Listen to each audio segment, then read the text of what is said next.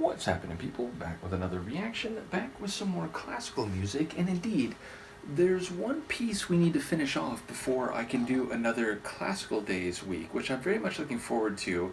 I don't know if it'll be next week, but I do think we are getting very close to it, so if not next week, probably the week after that. But there is still one piece I've yet to complete that I've started, which is to say, I think at the end of the last Classical Days, which was like fall of last year, I did the first movement of two different versions of Johann Sebastian Bach's Concerto, BWV 1052. And the first movement of that concerto is one of my favorites. I absolutely love it.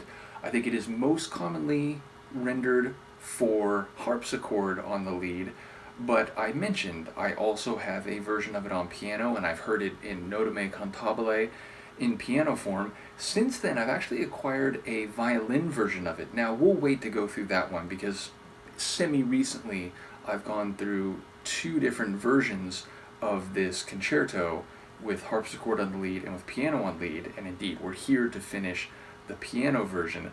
But somewhere down the line, I'll do the violin version with the violin in the lead instrument position. Nevertheless, again, I very much enjoyed this concerto. I do think my favorite version of it will always be with the harpsichord because, number one, that just has more of a Baroque feel. Number two, I think that opening movement, which is a bit mysterious, a bit dark even, I think the harpsichord lends itself really well to that first movement. In any case, we are back to finish the last two movements of the piano rendering, which once again is conducted by Leonard Bernstein, and I'm trying to remember, it's Glenn Gould. So Glenn Gould is on piano here, and Leonard Bernstein is conducting the Columbia Symphony Orchestra. The second movement is an adagio, so it's a slower movement, and yes, I'm just keen to hear this in contrast to the sound of the second movement with harpsichord in the lead. So let's give it a listen. This is Johann Sebastian Bach's BWV 1052 concerto, here with the piano in the lead. The piano is played by Glenn Gould, and the piece is conducted by Leonard Bernstein and performed by the Columbia Symphony Orchestra.